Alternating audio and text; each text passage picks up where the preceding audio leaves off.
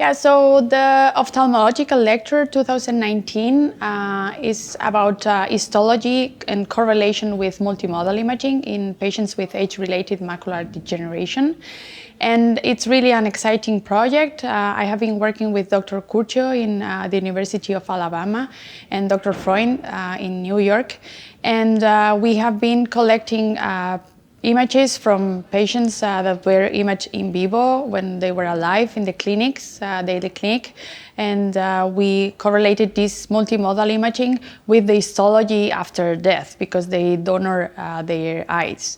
So it was really interesting, and we have learned a lot on different features that we see in the multimodal imaging in these patients, and then we learn from the histology what those features are.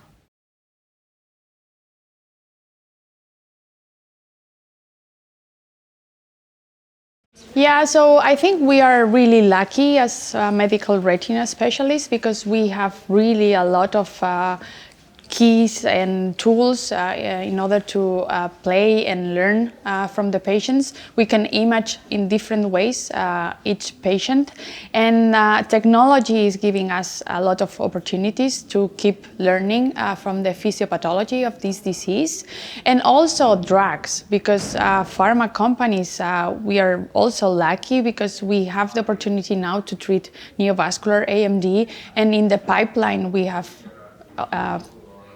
I hope, new molecules that could also treat the atrophic changes. So it's really exciting time.